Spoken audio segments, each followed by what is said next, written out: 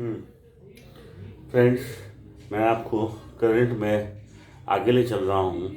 ये मेरा 8वां है और 8 ये करंट पे है बेस्ड। अभी तक तो मैं करंट ही ले जा रहा हूँ लगातार जितना हो सके। करंट में भी आपकी पकड़ अच्छी होनी चाहिए, इसलिए आप चलिए आगे बढ़ते हैं हम लोग। तो आप जिसकी भी कंपटीशन की तैयारी कर रहे हैं उन सब के लिए ये सब करंट मैं आपके सामने रख दे रहा हूँ। अब ये ज़रूरी नहीं है कि यही पूछा जाए या ये ना पूछा जाए, लेकिन आपके पास कम से कम कलेक्शन तो रहेगी, जिसको कि आप पढ़ करके एक बार ये जान लीजिए कि ये न्यूज़ में रहा है और इसलिए ये करंट में इम्पॉर्टेंट बन जाता है। तो आगे बढ़ते हैं हम लोग। चलिए, कनाडा के प्रधानमंत्री, ये कनाडा के प्रधानमंत्री कौन है? Justin Trudeau. जस्टिन ट्रूडो, ठीक है, ओके। उसके बाद आगे बढ़ते हैं। सेकंड, दुनिया की सबसे ऊंची प्रतिमा 182 मीटर ऊंची है, ठीक है। ये तो आप सुने ही होंगे, सरदार पटेल की प्रतिमा बनाई गई थी ये गुजरात में। तो उसको हम लोग ऊंची है और इसको स्टैचू ऑफ लिबर्टी यूनिटी कहते हैं।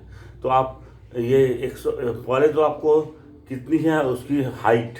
182 मीटर। इसका नाम क्या है? Statue of unity. अच्छा, ये सरदार वल्लभ भाई पटेल की प्रतिमा है और ये कहाँ है? तो गुजरात में। तो ये चलिए ठीक है, आप जानते हैं, लेकिन गुजरात के नर्मदा ज़िले में है, ठीक है। तो ये भी बात आप याद रखेंगे। इसके आगे बढ़ते हैं। सार्स और मार्स ये दोनों ही वायरल डिजीज हैं। एक बात कि सार्स SARS और मार्स MARS ये दोनों क्या है? वायरल डिजीज है। वायरल माने वायरस से होने वाली डिजीज हैं। तो इसमें मार्स का और सार्स का फुल फॉर्म क्या होता है ये अक्सर हाँ एग्जाम में पूछ देता है। तो यहाँ पहले मैंने मार्स का लिखा है कि मिडिल ईस्ट रेस्पिरेटरी सिंड्रोम, ठीक है। Middle east respiratory syndrome. और सार्स का फुल फॉर्म है सेवियर एक्यूट रेस्पिरेटरी सिंड्रोम, ठीक है। तो ये आप सार्स और मार्स दोनों को ही याद रखिएगा कि ये वायरस से होने वाली बीमारी है। अभी जैसे कोविड-19 का दौर चल रहा है तो वैसे भी ये इम्पोर्टेंट बनता है। तो इसलिए कौन कौन से डिजीज़ हैं जो वायरस से होते हैं, इसके लिए आपको मेरा वायरस पे एक पहला वाला मैंने पहला 4 जो वीडियो है मेरा ये वायरस पे ही बेस्ड है। वायरस क्या है, वायरस से कौन कौन डिजीज होते हैं। तो उसमें अगर सार्स और मार्स का मैंने नाम लिया होगा तो अच्छी बात है, अगर नहीं लिखा होगा तो आप इन दोनों को भी जोड़ देंगे। उसके बाद आगे बढ़ते हैं। उसके बाद डॉक्टर रेड्डीज लेबोरेटरी को कोविड-19 के रूसी टीके स्पुतनिक V का परीक्षण की मंजूरी मिली है। आप देखिए कि कोविड-19 का रूसी टीका, रूस का ने कोविड-19 पे टीका बनाया है और उसका नाम स्पुतनिक V है, ठीक है। स्पुतनिक क्या था? स्पुतनिक जो है रूस के सैटेलाइट होते थे, उसका नाम रखा गया था स्पुतनिक। तो उसी के नाम पे सैटेलाइट पे जो चंद्रमा पे जाने वाला जो रॉकेट यान वगैरह था उसी में स्पुतनिक भी था। तो उसको मैंने कोविड-19 के भी ये टीके को इम्पोर्टेंस देते हुए स्पुतनिक ही नाम रखा है, स्पुतनिक V, ठीक है। आगे बढ़ते हैं। सबरीमाला मंदिर केरल में है। ये तो इम्पोर्टेंट बनता है इसलिए क्योंकि ये अक्सर हाँ इसमें लेकर के विवाद चलते रहता है कि यहाँ स्त्रियाँ नहीं जा सकती हैं पूजा करने के लिए और भी बहुत सारे बातें हैं। तो आप खाली ये याद रखिए कि सबरीमाला मंदिर कहाँ है, तो ये केरल में है, ओके। सार्स का तो आपने तैयार कर ही लिया। अब देखिए वैश्विक भूख सूचकांक, मैं इसकी चर्चा पहले भी किया हूँ, इसलिए मैं आपको फिर से ये बता रहा हूँ कि वैश्विक भूख सूचकांक 2020 की रिपोर्ट के अनुसार भारत की 14% आबादी कुपोषण की शिकार है, ठीक है। भारत की 14% आबादी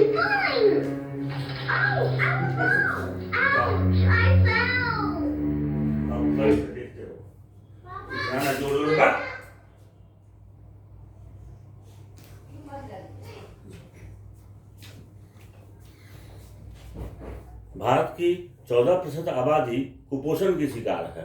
वैश्विक भूख सूचकांक मैंने वर्ल्ड हंगर इंडेक्स में 20, अब मैंने इसको एक और वीडियो में मैं इसकी चर्चा किया हूँ। तो आप पहले इसको याद रखिए कि सूचकांक 2020 में भारत की 14% आबादी कुपोषण की शिकार है। कुपोषण मतलब माल न्यूट्रिशन, ठीक है। उसके बाद 2020 की सूचकांक के अनुसार भारत का 107 देश में 94वां स्थान है, 94th पोजीशन है 107 कंट्री में। जबकि पिछले साल यानी 2019 में 117 देशों की सूची में 102 स्थान पर था, ठीक है। ये इम्पोर्टेंट इसलिए बन रहा है क्योंकि जो भारत के पड़ोसी देश हैं, जैसे बांग्लादेश है, म्यांमार है, पाकिस्तान है, श्रीलंका है, नेपाल है, तो ये सब का स्थान जो है ये भारत से ऊपर है।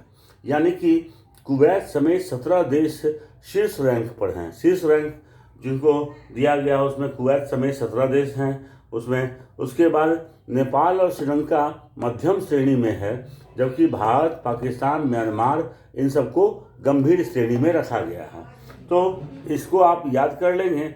उसके बाद फिर आप चलिए मैं आगे बढ़ाता हूँ। और तो देखिए, मैंने तो आपको जीके जीएस के लिए किसी भी कंपटीशन की बात कही है, तो इसमें कुछ तो exam SSC, CPO, CDS, NDA सबके लिए इम्पोर्टेंट होता है, लेकिन कुछ पॉइंट्स ऐसे भी होंगे जो सिर्फ दिल्ली डीएसएसबी वगैरह के लिए इम्पोर्टेंट हो सकते हैं। तो ऐसे भी मैंने सबको समेट के मैं चल रहा हूँ। तो इसलिए देखिए, पर्यावरण मार्शल ये दिल्ली में तैनात किए गए हैं, ठीक है। ये आप सोचिएगा कि अभी हाल ही में तैनात किया गया है मार्शलों को दिल्ली में, किस पोस्ट, किस पद पे, तो किस लिए, तो आप कहेंगे पर्यावरण के लिए, कि पर्यावरण मार्शल दिल्ली में तैनात किए गए हैं, जो 21 अक्टूबर से 15 नवंबर तक रेड लाइट ऑन गाड़ी ऑफ अभियान पर नज़र रखेंगे। तो रेड लाइट ऑन गाड़ी ऑफ अभियान कहाँ का है, तो आप कहेंगे कि ये दिल्ली का है।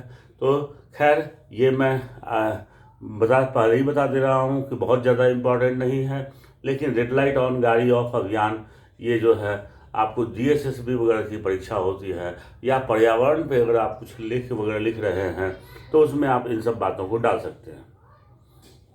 उसके बाद आगे बढ़िए। 20 अक्टूबर 1774 को कलकत्ता भारत की राजधानी घोषित की गई।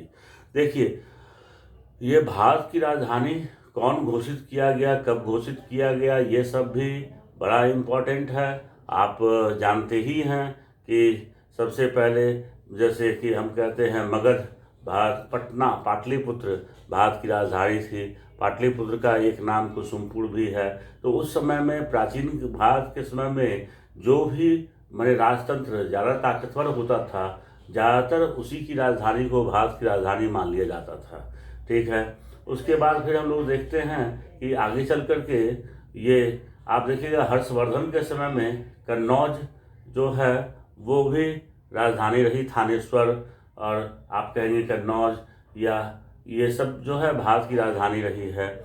और फिर दिल्ली सल्तनत के समय में राजधानी को माने दिल्ली मेन सेंटर बना दिया गया, तो दिल्ली ला दिया गया, तो दिल्ली भारत की राजधानी हो गई।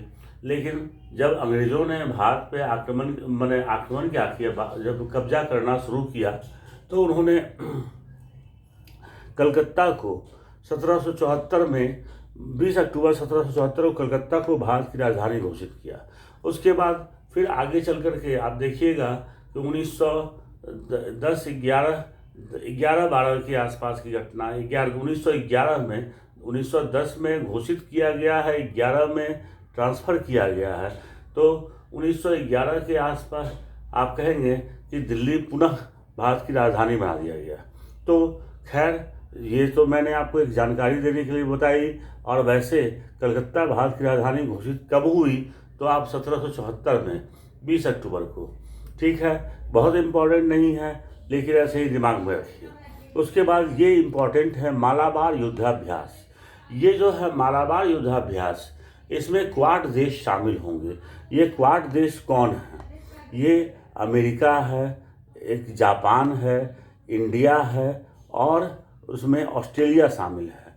क्वाड हाल ही में एक मैंने वैसे तो बहुत पुराना है ये ग्रुप, लेकिन पहले अमेरिका और भारत ही इसका सदस्य हुआ करता था। आगे चल करके उसमें जापान शामिल हुआ और अब ऑस्ट्रेलिया भी शामिल हो गया।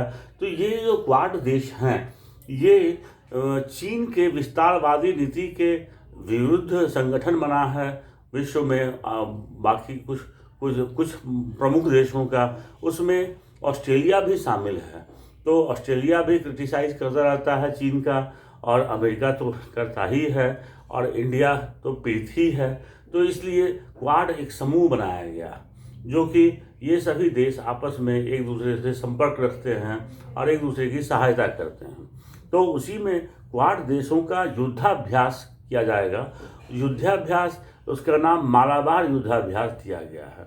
तो ये जो है, ये चीन सागर की समस्या, और आप कहेंगे कि हिंद प्रशांत महासागर पे चीन के बढ़ते प्रभुत्व को कम करने के लिए ये युद्धाभ्यास किया जा रहा है। तो खैर, ये युद्ध नहीं है, अभ्यास है। तो इस बात को आप याद रखिएगा। उसके बाद आगे बढ़ते हैं। आईटीबीपी के महानिदेशक यानी डीजी, ये श्रम देशवाल हैं। तो ये आईटीबीपी के डीजी कौन हैं? ये दिल्ली पुलिस हो या आप ये पैरामिलिट्री फोर्सेस में कांस्टेबल की परीक्षा हो, उन सब के लिए इम्पोर्टेंट हो सकता है। इसलिए मैं आगे बढ़ता हूँ। 26 मार्च को बांग्लादेश का स्वतंत्रता दिवस मनाया जाता है। ये भी बात मैंने बांग्लादेश के बारे में एक अलग से वीडियो ही डाला था। तो उसमें मैं लिखा कि नहीं लिखा ये मुझे याद नहीं आ रहा था। तो इसलिए मैंने 26 मार्च को बांग्लादेश के स्वतंत्रता दिवस मनाया जाता है। मैंने Bangladesh celebrated their independence day on 26 मार्च। उसके बाद असम के सीएम हैं, मैंने मुख्यमंत्री, किस राज्य के मुख्यमंत्री कौन हैं, ये भी इम्पोर्टेंट है। मैंने अगर आप छोटे लेवल का एग्ज़ाम दे रहे हैं, राज्यपाल कौन हैं, ये सब भी इम्पोर्टेंट होता है। तो आप अलग से बैठ करके तैयार करके पूरे 29 राज्य 28 राज्य के सीएम कौन है, लेफ्टिनेंट गवर्नर कौन है, फिर यूनियन टेरिटरी के लेफ्टिनेंट गवर्नर कौन है, ऐसे याद मत कीजिए। आप करते रहिए, इसी में बहुत कुछ याद करते चले जाइए, ये ज़्यादा बेहतर है। तो ये असम के सीएम कौन है भाई? सर्बानंद सोनोवाल, ठीक है। और मिजोरम के सीएम कौन हैं? तो जोरामथांगा। देखिए, असम, मणिपुर, मेघालय, मिजोरम, अरुणाचल प्रदेश, नागालैंड, ये सभी को 7 सिस्टर्स कहा जाता है, और सिक्किम भी शामिल है इसमें।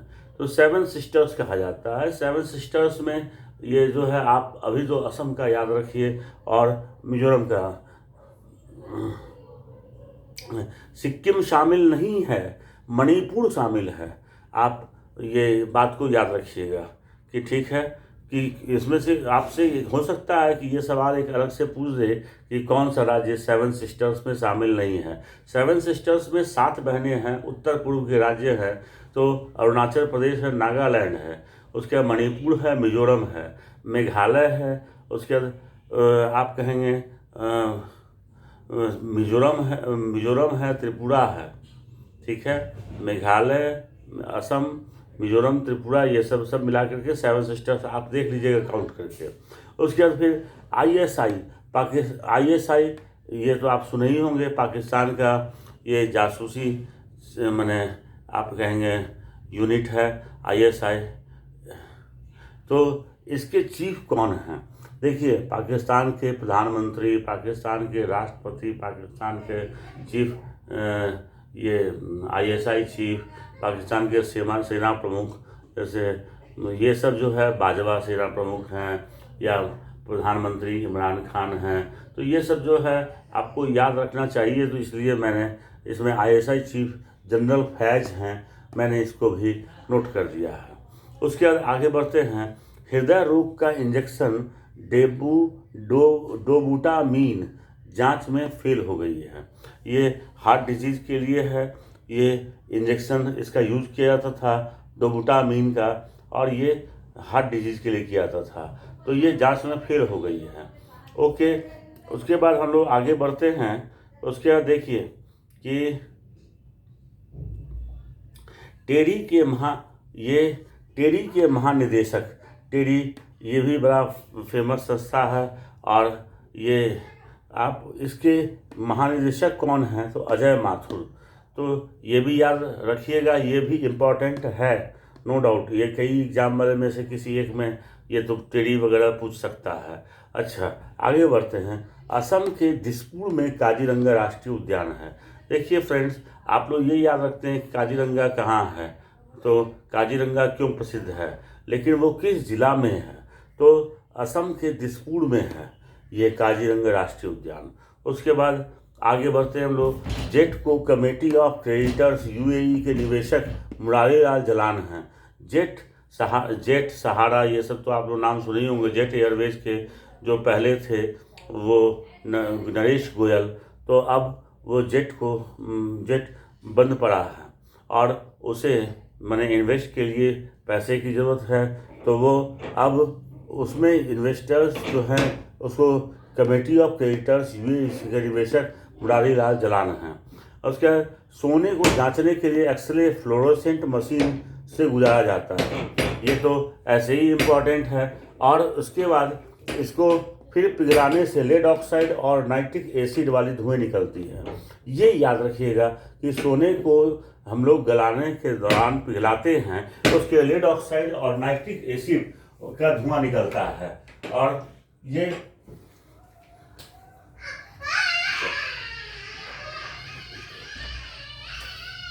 नाइट्रिक एसिड का धुआं निकलता है। उसके बाद फिर गौतम बुद्ध नगर देश का पहला एरोट्रोपोलिस बनेगा। एरोट्रोपोलिस मतलब कि जो एरोप्लेन से, बस से और मेट्रो से, इन सब से जुड़ा हुआ होगा, जहाँ पे तो अभी आप तो जानते ही हैं कि यहाँ गौतम बुद्ध नगर में जेवर एयरपोर्ट बन रहा है नोएडा में, तो इसलिए गौतम बुद्ध नगर को एरोट्रोपोलिस बनाया जा रहा है। तो एरोट्रोपोलिस में कौन कौन शामिल होगा? नोएडा, ग्रेटर नोएडा, यमुना सिटी, अलीगढ़, मथुरा और आगरा, ये सबको मिला करके बनाया जाएगा एरोट्रोपोलिस। तो ये भी उतना इम्पोर्टेंट नहीं है, लेकिन फिर भी मैंने आपके ऊपर छोड़ दिया कि इन सब बातों को आप ध्यान में रखते हुए चल सकते हैं। ठीक है, ओके।